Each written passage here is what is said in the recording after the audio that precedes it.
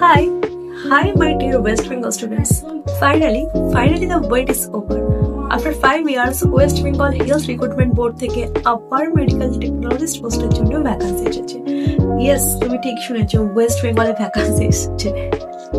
So এই ভিডিওতে আমি শুধু অ্যাডভার্টাইজমেন্ট নিয়ে ডিসকাস করব না, আমি অলওয়েজ কেন আমার স্ট্রিমকে বেস্ট বলেছি সেটার প্রুফটাও আমি এই ভিডিওতে দেবো।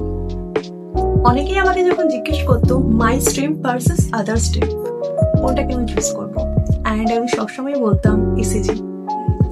And yes, after complete your course, এত বছর পড়াশোনা করার পর যদি তুমি এটা এক্সপেক্ট করো যে ইসিজি পড়ে আমি শুধু কিভাবে ইসিজি করতে হয় শুধু এটুকুই শিখবো আর প্রাইভেটে একটা ভালো স্যালারির জব পাবো, এই এক্সপেক্টটা যদি করো, অবভিয়াসলি সম্ভব নয় সেটা। Obviously you are wrong. Only কিভাবে ইসিজি করতে হয় এটা শিখে কিন্তু প্রাইভেটে তুমি জব পাবে না, ঠিক আছে? তোমার থিওরিটিক্যালে তোমার সিলেবাসে প্রচুর কিছু রয়েছে, টিএমটি, হল্টার, ইকো সবকিছু তোমাকে শিখতে হবে, দেন তুমি প্রাইভেটে একটা ভালো জব পাবে। অনলি কিভাবে ইসিজি করতে হয় এটুকু শিখে কিন্তু প্রাইভেটে ভালো জব পাবে না। এটা আমি শুধু ইসিজি কথার জন্য বলছি না, প্যারামেডিক্যালে আরো যত কোর্স রয়েছে সবকিছু তুমি যত প্র্যাকটিক্যাল নলেজ গেইন করতে পারবে তুমি প্রাইভেটে সেভাবেই স্যালারি পাবে। আর এটাও সত্য যে সেন্ট্রাল গভর্নমেন্টে ইসিজিতে ভ্যাকান্সিটা অনেকটাই কম আসে যখন আমি আদার্স পপুলার কোর্সের সাথে কম্পেয়ার করবো।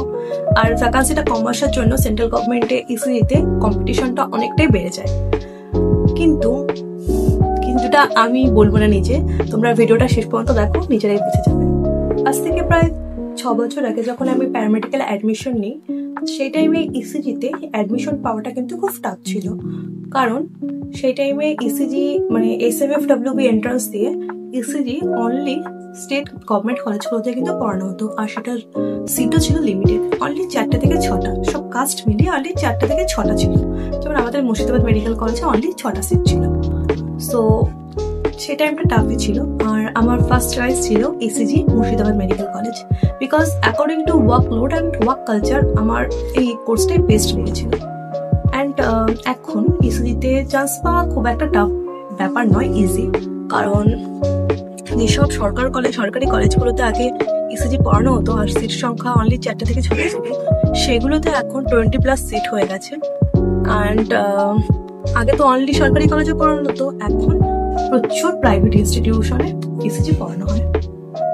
সিট যত বাড়ছে স্টুডেন্টও কিন্তু সেভাবে বেড়ে চলেছে, অ্যান্ড এর ফলে কি হচ্ছে, কম্পিটিশনটাও কিন্তু হাই হয়ে যাচ্ছে। কিন্তু অন্য কোর্সের সাথে তুলনা করলে ভ্যাকান্সির দিক থেকে যখন তুমি অন্য কোর্সের সাথে কম্পেয়ার করবে তখন তোমরা নিজেরাই বুঝে যাবে কোন কোর্সটা বেটার। অ্যান্ড এটাও তোমাদের বলে রাখি যে ওয়েস্ট বেঙ্গল হেলথ রিক্রুটমেন্ট বোর্ডে সব প্যারামেডিক্যাল কোর্সের কিন্তু সব প্যারামেডিক্যাল স্ট্রিমে কিন্তু salary same. So workload and work কালচারের দিক থেকে কম্পেয়ার করো, আর যদি তোমরা একটা ভালো গভর্নমেন্ট জব পেতে চাও তোমরা নিজেরাই কম্পেয়ার করে নাও কোন কোর্সটা বেটার হবে। চলো অ্যাডভার্টাইজমেন্টটা দেখে নিই। Government of West Bengal health recruitment board থেকে আবার মেডিকেল টেকনোলজিস্ট পোস্টের জন্য অনেক বছর পর ভ্যাকান্সি এসেছে। অ্যান্ড আমি এই ভিডিওতে তোমাদেরকে বলবো এইসব পোস্টে অ্যাপ্লাইয়ের জন্য state medical faculty of West Bengal থেকে তোমরা কি কি কোর্সে অ্যাডমিশন নেবে। সো চলো দেখে নেওয়া যাক কি কি পোস্টে ভ্যাকান্সি এসেছে। এত বছর পর রিক্রুটমেন্ট এসছে আমাদের ওয়েস্ট বেঙ্গলে, বাট দুঃখের বিষয় এটাই যে ভ্যাকান্সি লিমিটেড। সো ফার্স্টে আছে মেডিকেল টেকনোলজিস্ট ইন ডায়ালিসিস। এই পোস্টে অ্যাপ্লাই করতে গেলে তোমাকে SMFWB থেকে ডায়ালিসিস টেকনিশিয়ান কোর্স করতে হবে। ভ্যাকান্সিটা দেখে নিও, এখানে দেওয়া আছে। নেক্সট পারফিউশনিস্ট, এই কোর্সে যদি তুমি অ্যাপ্লাই করতে চাও তাহলে তোমাকে DPFT SMFWB থেকে এই কোর্সে তোমাকে অ্যাডমিশন নিতে হবে, তবেই এই পোস্টে অ্যাপ্লাই করতে পারবে। সিটটা তোমরা দেখতেই পাচ্ছ কত লিমিটেড।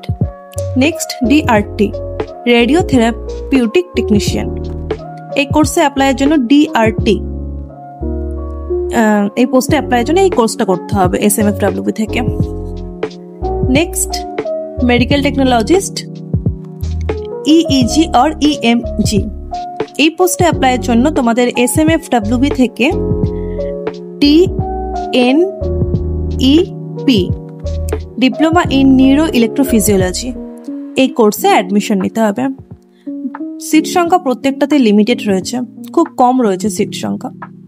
নেক্সট ক্যাথল্যাব, অনেক বছর পরে এই পোস্টে, শুধু 5 বছর নয়, অনেক বছর পরে অনেক নতুন নতুন পোস্ট আছে যেগুলোতে অনেক বছর পর ভ্যাকান্সি আসছে। ক্যাথল্যাবে অ্যাপ্লাই করতে গেলে DCLT এই কোর্সে অ্যাডমিশন নিতে হবে। Next medical technologist RD means হলো রেডিওলজি। এই পোস্টে যদি তুমি অ্যাপ্লাই করতে চাও SMFWB থেকে তোমাকে DRD এই কোর্সে অ্যাডমিশন নিতে হবে, ডিপ্লোমা ইন রেডিওলজি। এই পোস্টটাতে এই বছর অনেক ভ্যাকান্সি এসছে, দেখতেই পাচ্ছ 287 মতন ভ্যাকান্সি এসছে।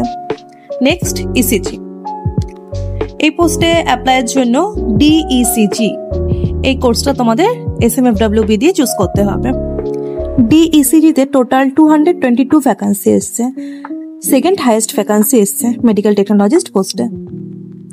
নেক্সট আরো দুটো মেডিকেল টেকনোলজিস্ট পোস্টে ভ্যাকান্সি এসছে, দেখে নিই আমরা কি পোস্টে এসছে। এটা হলো medical technologist OT। Medical technologist OT পোস্টে অ্যাপ্লাই করার জন্য তোমাদেরকে SMFWB থেকে DOTT diploma in operation theatre technology এই কোর্সে অ্যাডমিশন নিতে হবে। বাট এখানে এবছর সবই ক্যাটাগরি রিজার্ভ আর কি ভ্যাকান্সিগুলো এসছে। Next medical technologist critical care, এই পোস্টে অ্যাপ্লাইয়ের জন্য তোমাদেরকে DCCT কোর্স করতে হবে SMFWB থেকে, diploma in critical care technology. এখান থেকেও এই পোস্ট থেকেও সব রিজার্ভ ক্যাটাগরিতে ভ্যাকান্সি এসছে। দেখতে পাচ্ছ UR-এ 0 ভ্যাকান্সি, মানে কিছু বলার নেই, 0 ভ্যাকান্সি UR-এ। সো যারা SMFWB দিয়ে ওয়েস্ট বেঙ্গল থেকে প্যারামেডিক্যাল কোর্স করতে চাইছো, ওয়েস্ট বেঙ্গল গভর্নমেন্ট কলেজ থেকে প্যারামেডিক্যাল কোর্স পড়তে চাইছো, তারা প্রিভিয়াস ভ্যাকান্সিগুলো একটু দেখো, অ্যান্ড এটা হলো রিসেন্ট ভ্যাকান্সি। দেন তোমরা ডিসাইড করো কোন কোর্স চুজ করবে, এটা পুরোটাই তোমাদের উপর ডিপেন্ড করছে। অ্যান্ড নেক্সট ভিডিওতে আমি মার্কস ডিস্ট্রিবিউশন নিয়ে ডিসকাস করবো।